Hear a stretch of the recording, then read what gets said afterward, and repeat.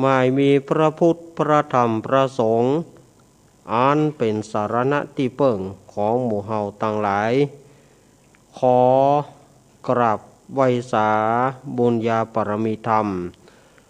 ท่านอาจารย์ท่านพระครูอภิวัฒนวิกรมเจ้าอาวาสวัดปากตางเจริญผู้ดำเนินรายการเสียงธรรมแสงอรุณและรายการอู้จาภาษาธรรมพร้อมไปด้วยท่านครูบาอาจารย์พระสงฆ์องค์สังฆเจ้า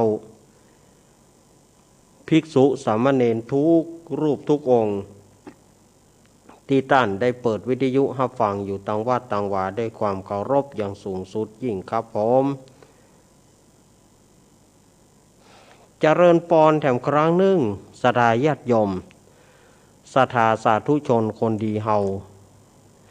วันนี้อาตมาภาพก็ได้ดำเนินรายการมาตั้งแต่เวลา6 โมงป่ายมาจนถึง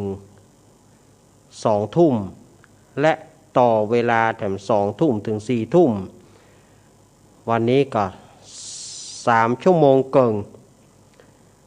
วันนี้ก็มาปะกัน